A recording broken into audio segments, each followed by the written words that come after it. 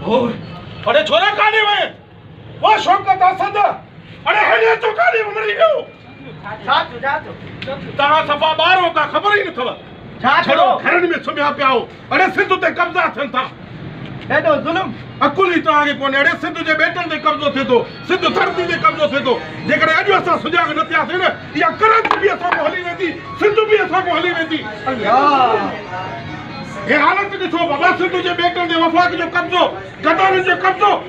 असा सिंध जो हक न है ये एडो जुल्म बाबा खुदा जो कसम जे करे कौम परस्त असाजी सिंध में न हुजे ना सिंध असा को कदो को खसजी वनिया सलामा कौम परस्तन के डॉक्टर कादर मंसी के सलामा साईं जलाल महमूद शाह के सलामा सलामा साईं ज़ैन शाह के सलामा तो खबर है प्रियो तो सोनी ज़ैन शाह दे ठुल में आयो होयो पूरी सिंध के दावत दे आ कराची में 15 तारीख गड थियो घर घर में गोठ में तालके में जिले में सब सिंधी गड थियो जेन के खबर पे असा जे मुखालफन के तो सिंध धरती सिंधन जी आ ये किरण की तादाद में निकली पो घर दे सुमो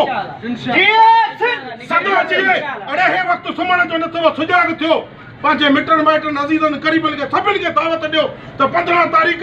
जेको तो कराची में गड थी यो सबूत दियो त असा सिंधी आयूं सिंध सा गड आयूं सिंध जे कदारन ते लानत सिंध जे कदारन ते लानत वजो तैयार थियो हलो जल्दी हलो अचो